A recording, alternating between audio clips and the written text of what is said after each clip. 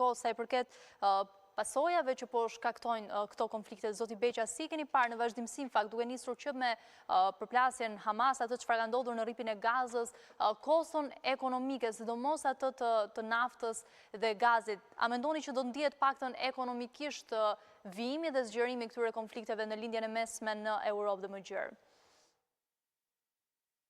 Natyrisht qëllimi i Iran, deri tani konflikti është relativisht i përmbajtur dhe i izoluar, dhe nuk kemi parë që ketë targetime të objektivave të cilët mund të shkaktojnë kosto shumë të mëdha dhe të pamenaxhueshme. Por, është e pashmangshme që ne të përballemi me rritje të çmimeve të naftës dhe të gazit. Besoj që çmimi i naftës do të shkojë shumë shpejt drejt $100 në mos ka shkuar për fuqi, dhe parashikimet janë që të shkojë drejt $120-130 për fuqi. Dhe natyrisht që impakti do të ishte shumë i madh.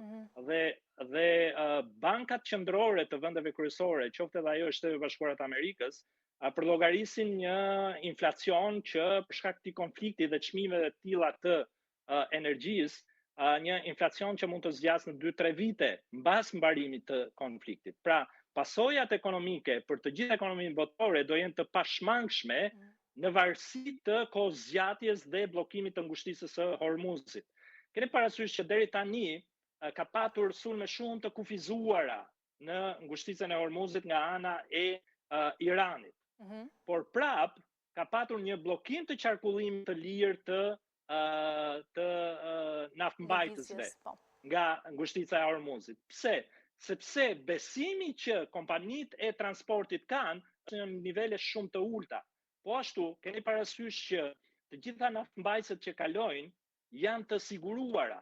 Kompanitë e sigurimeve nuk kanë interes që të sigurojnë naftëmbajtësit në kushtet ku nuk ka siguri të lëvizjes së tyre.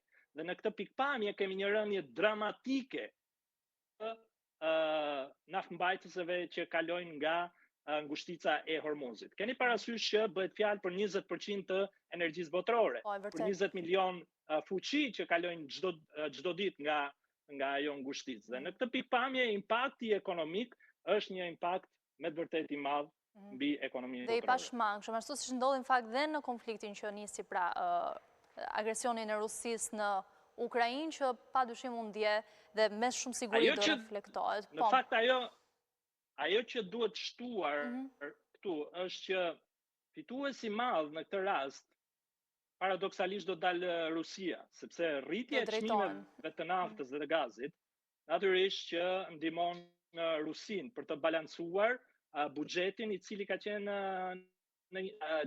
spaku në vitet e fundit ka patur një rënje dramatike dhe ka qenë në krizë për shkak të luftës me Ukrainën. Dhe rritja, pothuajse dyfishimi i çmimeve të naftës nga $70 në $120 është një bonus shumë i madh për Rusinë. Dhe në këtë pikpamje shohet edhe një keq kalkulim nga ana e Shtetit Bashkuar të Amerikës ose një zgjedhje të qëllimshme, por gjithsesi është një zgjedhje e cila nuk ndihmon mbylljen e luftës Rusi-Ukrainë, përkundrazi e zgjat të konflikt.